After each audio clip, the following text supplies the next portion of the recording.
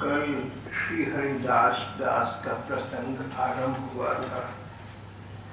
आरंभ ये था कि हरिदास दास एक महात्मा से मिली,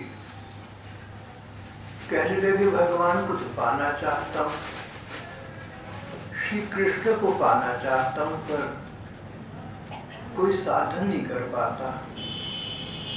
नाम जप, रूप का ध्यान, रजवास, जो भी साधन संतों ने बताए हैं मेरे बस के नहीं है।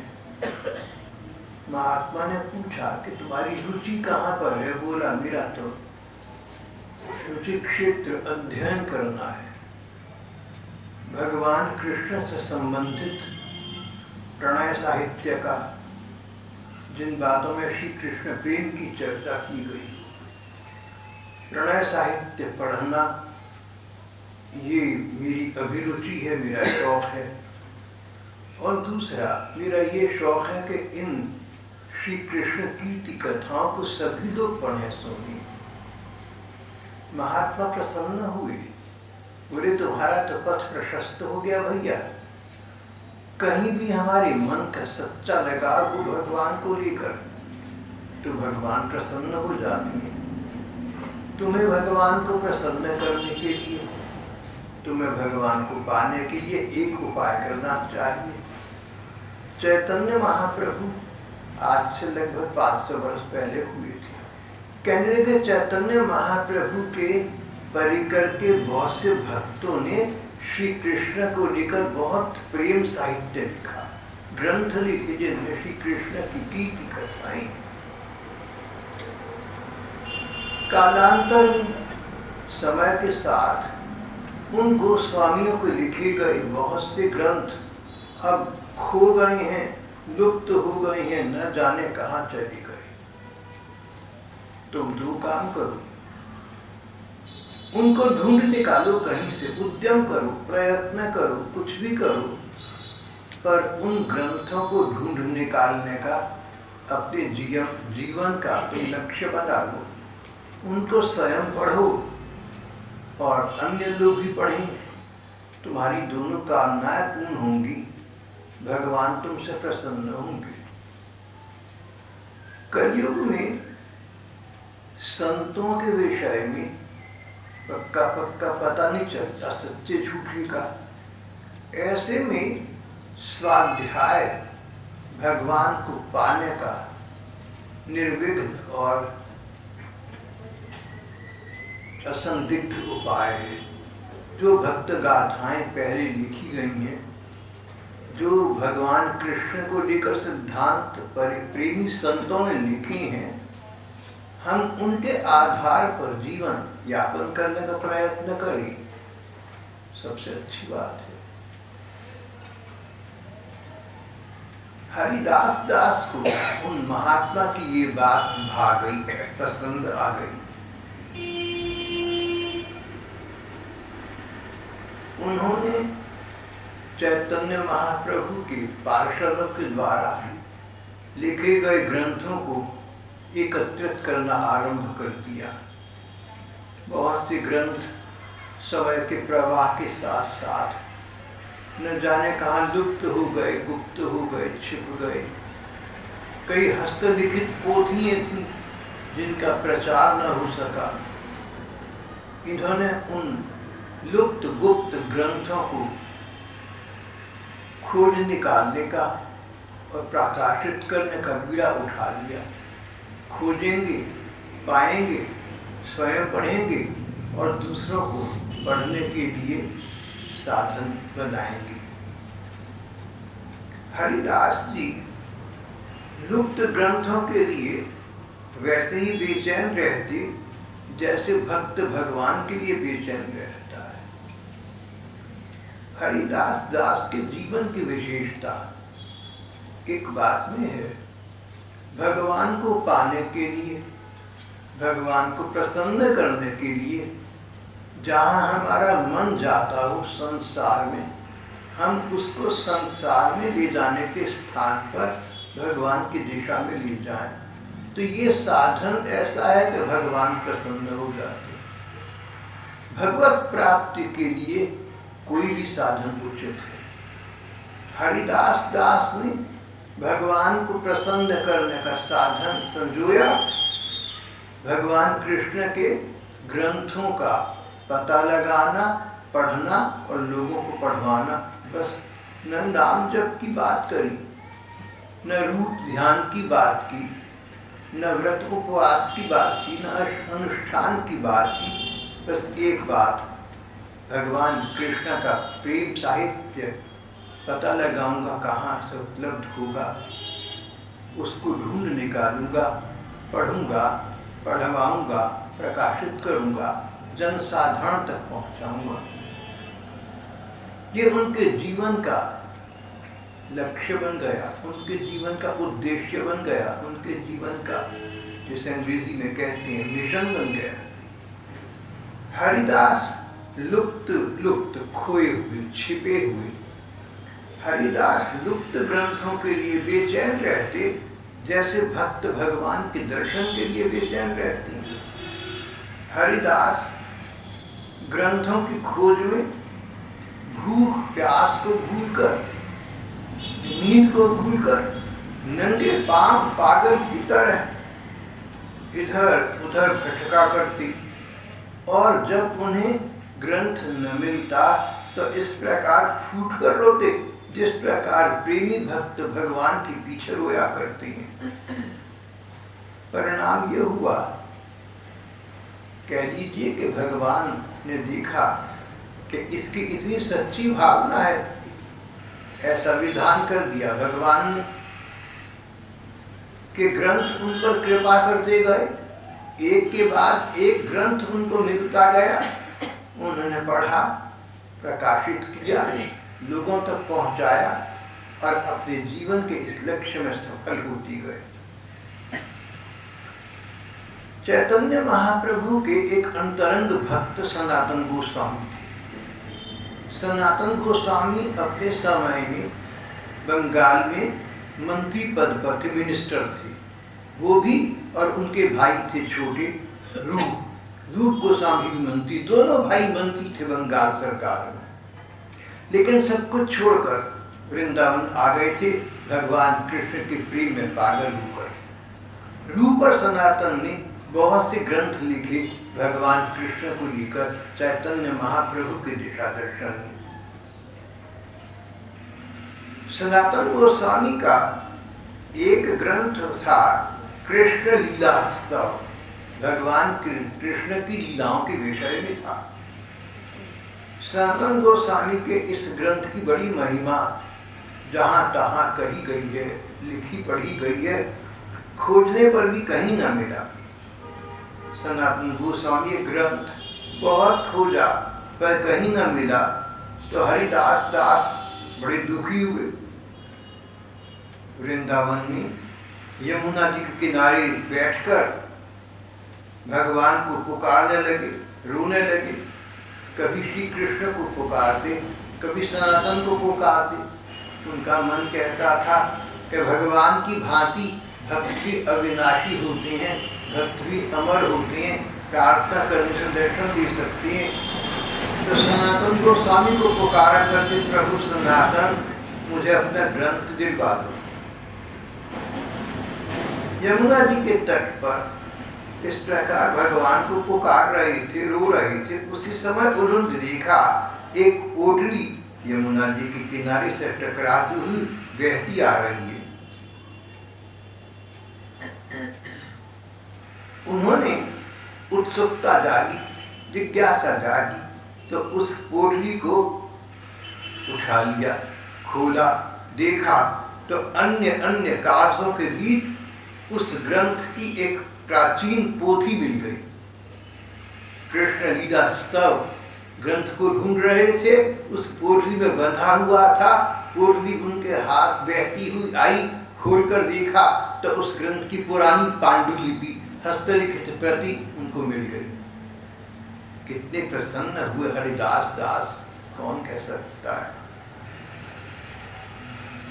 उन्होंने उसे देखा, आनंद से विभोर हो गए, मस्तक से लगाया, हृदय से लगाया, सनातन गोस्वामी का गुणगान किया बाद में उसका पाठ स्वयं किया, जहाँ कहाँ कहीं कोई अक्षर विन्यास की कमी थी उसको दूर किया, फिर उसका बंगाली से, फिर उसका संस्कृत से बंगाली में अनुवाद किया और उसे प्रकाशित पुस्तक के रूप में कर दिया। उनके मन की एक इच्छा पूरी हो गई।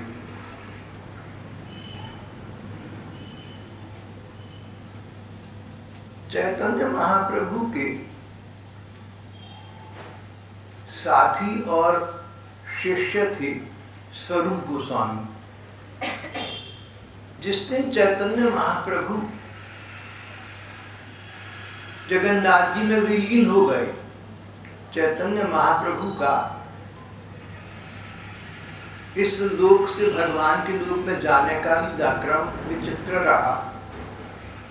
48 वर्ष के चैतन्य देव एक दिन अचानक जगन्नाथ जी के मुख्य मंदिर में घुसे चले गए। पुजारी अंदर था, उसने देखा, उन्होंने जगन्नाथ जी को पुकारा, होठों होठों में जगन्नाथ जी से कुछ प्रार्थना की। फिर एक स्वर आया, एक ध्वनि हुई। जगन्नाथ जी ने दोनों हाथ आगे बढ़ाए, चैतन्य महाप्रभु को हृदय से लगाया। पुजारी देखता रह गया कि चैतन्य महाप्रभु वहां थे ही नहीं। चैतन्य महाप्रभु को साक्षात भगवान ने अपने हृदय में स्थान सदा के लिए दिया था।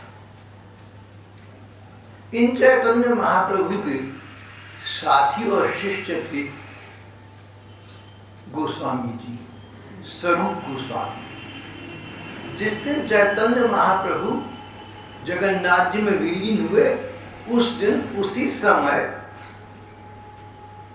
उनका ब्रह्मरंध्र फटा और समाप्त हो गए। देखिए मन से मन को कैसी राह। अपने गुरु और मित्र सरी के चैतन्य देव चले गए, तो स्वरूप गोस्वामी भी साथ चले गए। स्वरूप गोस्वामी चैतन्य महाप्रभु की लीलाएं जो आंखों से देखते थे, एक लिखते जाते थे अपनी दैनंदिनी में। दैनंदिनी को, डायरी को बंगाली में कड़चा कहते हैं। स्वरूप गोस्वामी का वो कड़चा उनके शिष्य कृष्णदास कविराज के तहत आया। कृष्णदास कविराज उच्च कोटि के भक्त थे। उन्होंने चैतन्य महाप्रभु की जीवनी उस कड़चे के आधार पर लिखी। और भी उन्होंने अनेक ग्रंथ लिखे। कृष्णदास गोस्वामी के भी एक शिष्य हुए मुकुंद दास गोस्वामी। उन्होंने भक्ति रसामृत सिंधु की व्याख्या बहुत सुंदर लिखी। भक्ति रसामृत सिंधु भक्ति के सिद्धांतों का विवेचन है। इसको उन्होंने बहुत प्राप्त करना चाहा पर मिला नहीं। किसी ने कहा कि जयपुर के महाराजा के निजी पुस्तकालय में ये ग्रंथ कदाचित उपलब्ध हो जाए, पर महाराजा तो अपना निजी पुस्तकालय किसी को खोलने नहीं देते। और एक हरिदास दास एक साधु के रूप में रहते थे, भिक्षा मांगकर उधर पूर्ति करते थे। राज दरबार तक जाना कौन पूछेगा इन्हें वहां पर। लेकिन हरिदास दास वृंदावन से जयपुर गए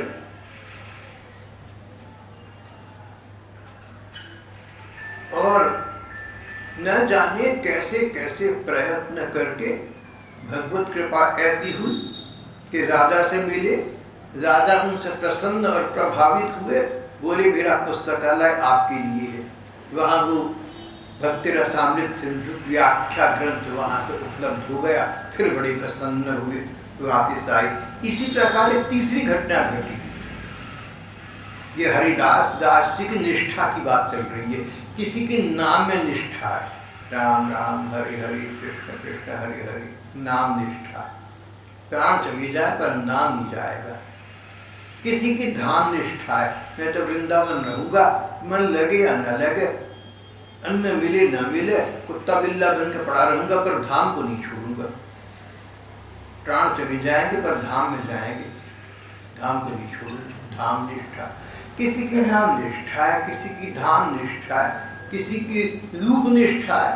मैं भगवान के रूप का ध्यान करूंगा, कभी न कभी कृपालु कृष्ण कृपा करके अपने साक्षात स्वरूप को मुझे दर्शन प्रदान कर देंगे। इस प्रकार किसी की कोई निष्ठा है, किसी की कोई निष्ठा है। हरिदास दास की विचित्र निष्ठा थी चैतन्य महाप्रभु से के पार्षदों की तरह लिखित ग्रंथों को पढ़ना और अनुदित करके अपने बंगाली भक्तों में, क्या पूरे देश में हो सके तो फैलाना और पहुंचाना। तो एक तीसरी घटना उनकी ग्रंथ निष्ठा के विषय में इस प्रकार आती है कि सनातन गोस्वामी, जो कभी पहले बंगाल के मंत्री थे, उनके छोटे भाई रूप गोस्वामी थे, वो भी बंगाल में मंत्री थे। वो भी सनातन गोस्वामी की भांति राजपाट घर परिवार छोड़कर वृंदावन आ गए थे।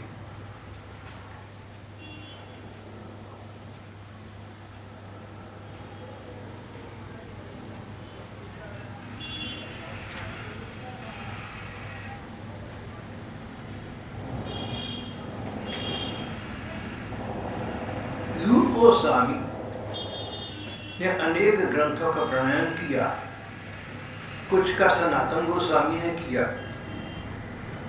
इनके एक भैया रहे थे अनुपम गोस्वामी, उनका बेटा था जीव गोस्वामी। अनुपम गोस्वामी का शरीर शांत हो चुका था। जीव गोस्वामी संसार की दृष्टि से रूप सनातन के भतीजे हो गए। वो भी इसी रंग में रंग गए। जीव गोस्वामी वृंदावन वास करने लगे। उन्होंने तो बहुत ही सुंदर संस्कृत भाषा में कृष्ण साहित्य का प्रणयन किया। उन जीव गोस्वामी का एक ग्रंथ माधव महोत्सव भगवान कृष्ण की प्रेम लीला से संबंधित है। उसके लिए इन्हें बहुत कठिनाई का सामना करना पड़ा। ग्रंथ तो मिल गया, पर ग्रंथ में संस्कृत के श्लोक बड़े कठिन थे, उनका अर्थ समझना बड़ा कठिन था। संस्कृत के एक प्रकांड पंडित थे राखालानंद ठाकुर, ये उनसे जाकर मिले। राखालानंद ठाकुर स्वयं भक्त व्यक्ति थे। उन्होंने इनकी बात सुनी तो उसके एक एक श्लोक के एक एक शब्द का अनुवाद करने का निर्णय कर लिया। दोनों भक्त मिलकर बैठे, लेकिन राखालानंद को कहना पड़ा कि भैया ये बड़ा कठिन काम, मैं नहीं कर सकता, इतने कठिन श्लोक हैं, एक एक शब्द का अनुवाद करना मेरे बस का योग नहीं है। दोनों ही सफल न हुए।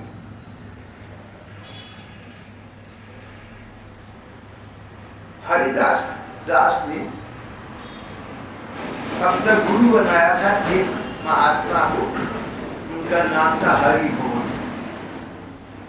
वे नवद्वीप रहते थे, बंगाल के उस गांव में जहाँ चैतन्य महाप्रभु का जन्म हुआ था, नवद्वीप। हरिदास दास नवद्वीप गए, हरिबोल की कुटिया में ठहरे और जीव गोस्वामी से प्रार्थना करने लगे कि जिस प्रकार सनातन गोस्वामी ने कृपा करके अपना ग्रंथ मुझे दिलवा दिया था, नदी में पोटली में पड़ा मिल गया था, इस प्रकार कुछ आपकी चमत्कारी कृपा करें और ग्रंथ का अर्थ मुझे समझ में आ जाए। 6 महीने बाद जीव गोस्वामी को 6 महीने बाद जीव गोस्वामी की कृपा कह लो, सभी श्लोकों का अर्थ इनके सामने प्रकाशित हो गया। इनको ऐसा लगा मानो लिखा हुआ है पुस्तक में। जब पुस्तक के श्लोक पढ़े तो अनुवाद इन्हें लिखा हुआ दिख जाए। भगवान की कृपा है। जहाँ निष्ठा है, अगर किसी के प्रति निष्ठा हो, हमारी ग्रंथ के प्रति हो, संत के प्रति हो, किसी वस्तु या व्यक्ति के प्रति हो, तो वस्तु व्यक्ति संत ग्रंथ कैसे भी हो, भगवान को पता है कि ये निष्ठा मेरे लिए है, इसलिए भगवान उस भक्त की उस रूप में अभिलाषा पूर्ण कर देते हैं। यहाँ तो सब सच ही था। तो सारे ग्रंथ के सभी श्लोकों का अर्थ इनके सामने प्रकाशित हो गया। अब ये राखानंद ठाकुर के पास गए। ठाकुर संस्कृत के विद्वान थे और ये देखकर चकित हो गए कि सचमुच संस्कृत के श्लोकों का अर्थ, उसका अनुवाद सामने है और अनुवाद बहुत सुंदर हुआ है। उनके आंखों में आंसू भर आए। राखानंद ठाकुर ने कहा, हरिदास दास, तुम्हारे ऊपर ठाकुर जी की बड़ी कृपा है भैया, तुम्हारे पर जीव गोस्वामी की कृपा है। भगवान की कृपा के बिना ये कार्य केवल विद्वत्ता के सहारे, ज्ञान के सहारे करना तो संभव नहीं था। भगवत कृपा से तुम्हारा काम संपन्न हुआ है।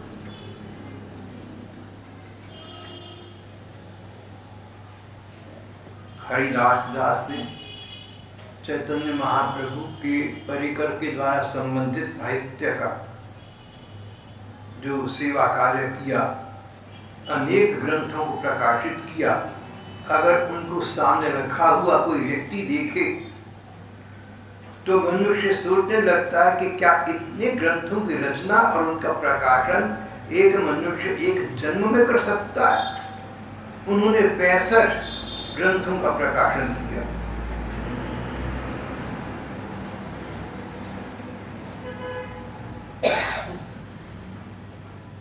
उन्होंने चैतन्य महाप्रभु से संबंधित साहित्य का एक विश्वकोश प्रकाशित किया।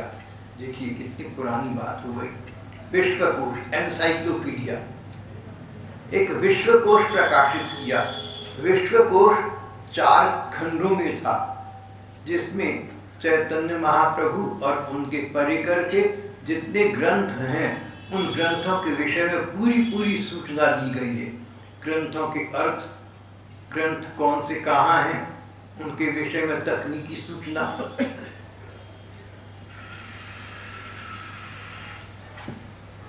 जो दार्शनिक विचार है, फिलोसॉफिकल आइडियाज हैं, उनका तात्पर्य।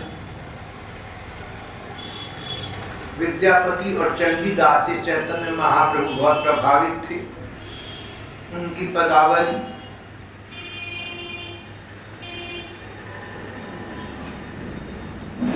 इस प्रकार उन्होंने ग्रंथों में जो कुछ वस्तु ऐसी थी जो साधारण व्यक्ति की समझ न आती हो, एक एक शब्द का, एक एक अक्षर का उसमें विवरण प्रदान किया, परिचय प्रदान किया। 4 खंडों का ये विश्वकोश प्रकाशित हुआ। डबल क्राउन के बड़े आकार के 2065 पृष्ठों के इस ग्रंथ की पांडुलिपि तैयार हो गई। अब हाथ से तो उन्होंने लिख लिया, अब उसको छपवाना था। छपवाने की समस्या सामने आई। अब हरिदास दास जी तो एक साधु के रूप में भिक्षा मांग कर रहने वाले थे, पैसे का संग्रह करते नहीं थे, सब कुछ छोड़कर आ गए थे। MA किया था किसी जमाने में, गोल्ड मेडलिस्ट हुए थे, कलकत्ता विश्वविद्यालय में प्रथम आए थे। उस गोल्ड मेडल के अतिरिक्त इनके पास तो कुछ था ही नहीं।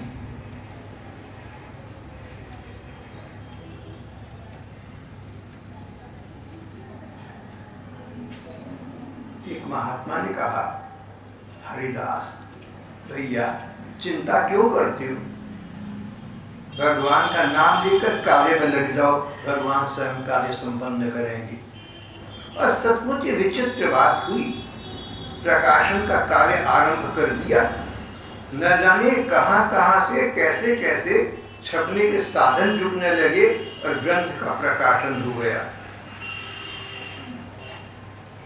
संपादक कहते हैं कि ये ग्रंथ आज भी कृष्ण जन्म स्थान सेवा संस्थान मथुरा से प्रकाशित और उपलब्ध है।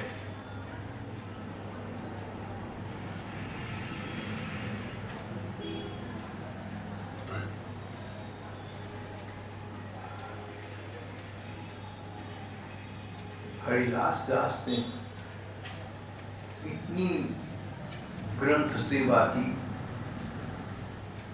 सच बात, ये ग्रंथ सेवा क्या की, जितने पाठक हो सकते हैं इन ग्रंथों को सबकी सेवा की, नहीं तो ये ग्रंथ हमारे तक पहुंचते नहीं। उन्होंने MA पास किया। अगर चाहते दुनियावी निगाह से बहुत कुछ हासिल कर सकती थी, लेकिन उसको ठुकरा दिया। जो उन्हें स्वर्ण पदक मिला था, गोल्ड मेडल विश्वविद्यालय से मिला था, वो भी उन्होंने अपने इस कार्य में वो बेचकर इस कार्य में उसके पैसे लगा दिए।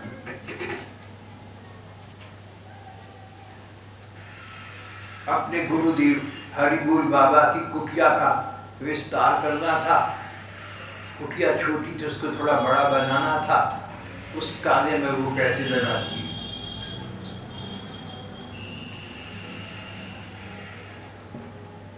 कुछ समय के पश्चात हरिदास दास वृंदावन चली गए थे। वृंदावन के पास 1.5 वर्ष राधा कुंड में रही। राधा कुंड में रहते थे, नित्य भिक्षा करते थे, राधा कुंड के चारों ओर झाड़ू लगाते थे। सन 1933 में उन्होंने हरिबोल बाबा से वेश ग्रहण किया था। पहले इनका नाम था हरेंद्र कुमार, अब इनका नाम हो गया था हरिदास दास। हरिदास नाम तो है भगवान का दास, भगवान का सेवक। इन्होंने कहा मैं तो भगवान के सेवकों का सेवक हूँ, मैं तो भगवान के दासों का दास हूँ। तो गुरुदेव ने इनका नया नाम रख दिया हरिदास दास।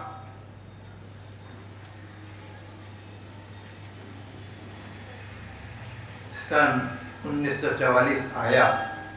हरिबोल बाबा के साथ ये जगन्नाथपुरी रथ यात्रा के दर्शन करने गए।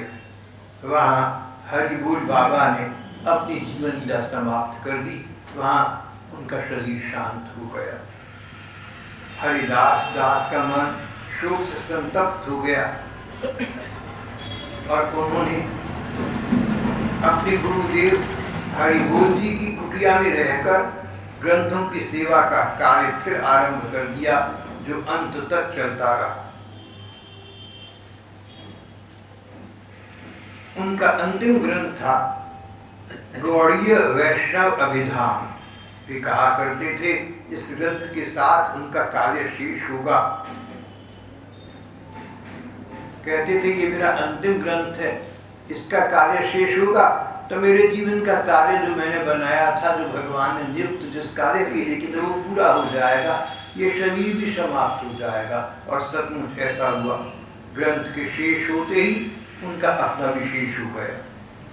सितंबर 1957 में ग्रंथ के शेष होने के साथ साथ उनके इस जीवन लीला का भी शेष हो गया।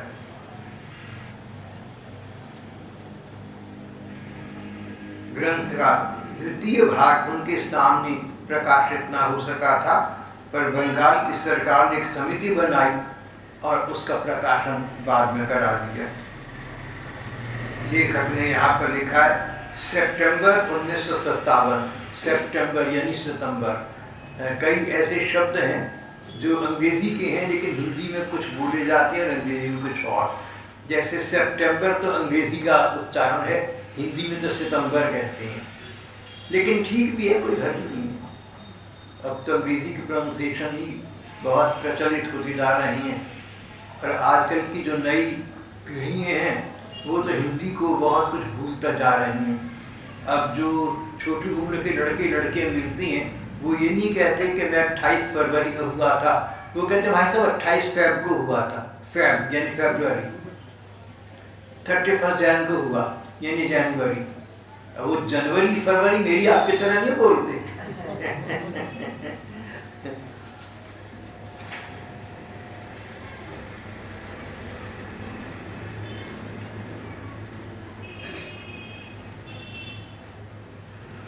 हरिदास दास की जीवन लीला समाप्त हो गई थी। बाद में वृंदावन के रमण जी के प्रसिद्ध संत थे कृपा सिंधु दास बाबा। किसी ने उनसे कहा कि हरिदास दास की जीवनी हमें प्रकाशित करनी चाहिए। सारे ग्रंथों का प्रकाशन तो वे कर गए, हम उनकी जीवन गाथा प्रकाशित करें। सिद्ध संत कृपा सिंधु दास बाबा ने कहा, कृपा सिंधु दास बड़े उच्च कोटि के भक्त थे, उन्होंने कहा उनकी अलग से जीवन गाथा प्रकाशित करना व्यर्थ है। ये सारे ग्रंथ जिनका उन्होंने अनुवाद किया, जिनको प्रकाशित किया, जन जन तक पहुंचाया, ये सब उनकी जीवनी, उनकी जीवन की वास्तविकता तो यही है।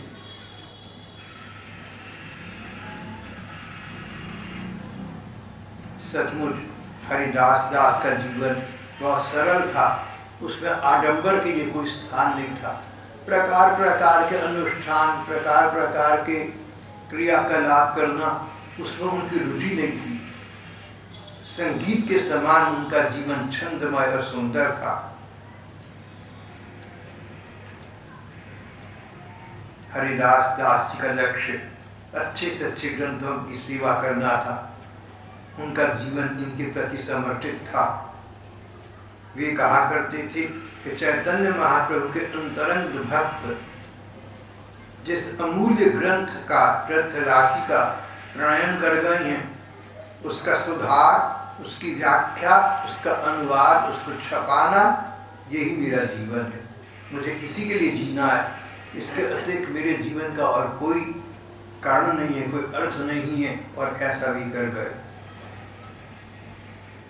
हरिदास दास ने जब से ग्रंथों की सेवा का कार्य आरंभ किया, वे सुबह सुबह ब्रह्म मुहूर्त में उठ जाते, भगवान का नाम लेकर उच्च स्वर से कीर्तन करते और फिर ग्रंथों की सेवा में जुट जाती। मधुकरी पर रहती थी, घर घर से भिक्षा मांगकर पेट भरती थी। 17 घंटे रोज ग्रंथों का काम करती थी। पुरानी हाथों से लिखी पोथियों को अपने हाथ से नकल करती, उनका पाठ शुद्ध करती, उनकी व्याख्या करती, उनका अनुवाद करती, उनको छपाती, प्रूफ देखती, उनको बंधवाती, फिर उनका वितरण करती। मुद्रण के लिए पैसा भी स्वयं भिक्षा कर जुटाती थी। छापने के लिए पैसे पास तो नहीं थे, लोगों से भीख मांग कर पैसे जो लाते वो इस छापने के काम में लगाती थी। सरकार की ओर से उन्हें 75 रुपये महीना वृत्ति मिलती थी। वो 75 रुपये भी वो अपने खाने पीने में न लगाकर चैतन्य महाप्रभु के अंतरंग भक्तों के साहित्य को संसार में, देश में बांटने में लगवा दिए थे। उन पर प्रेस का और दफ्तरी का कर्ज अक्सर बना रहता, आगे पीछे चुकाया करते। एक बार ग्रंथ सेवा करते करते हरिदास जी का दाहिना हाथ सुन्न हो गया। नेत्रों से अचानक आंखों से पानी बहने लगा। डॉक्टर्स ने और उनके प्रेमियों ने उनसे ग्रंथ सेवा का कार्य कुछ दिनों के लिए रोकने का अनुरोध किया, पर उन्होंने एक न सुनी। उन्होंने कहा, मैंने बहुत परीक्षा कर देखा है, रोग के कारण सेवा काम में अगर शिथिलता करोगे तो रोग बढ़कर मृत्यु के निकट पहुंचा देगा, और अगर उस सेवा कार्य को करते रहोगे तो रोग शांत हो जाएगा और सेवा कार्य में अधिक लग जाने के बाद आपका लक्ष्य पूरा हो जाएगा। भगवत प्राप्ति जीवन का लक्ष्य है। सचमुच हरिदास दास के साथ तो ऐसा हुआ। भगवान का काम निस्वार्थ भाव से भगवान की या भक्तों की प्रसन्नता के लिए किया जाए तो भगवान ऐसा शक्ति संचार करते हैं, भगवान ऐसे सामर्थ्य दे देती हैं कि 1000 बाधाएं आए तो भी कोई प्रभाव नहीं पड़ता, कार्य हो जाता है। भगवान प्रसन्न होते हैं और भगवान उस भक्त को प्राप्ति करा देते हैं। भगवान की नित्य सेवा में से स्थान प्राप्त हो जाता है। हरिदास दास इसका ज्वलंत उदाहरण है। यहाँ पर हमारा पाठ का प्रसंग आज का समाप्त हो जाता है।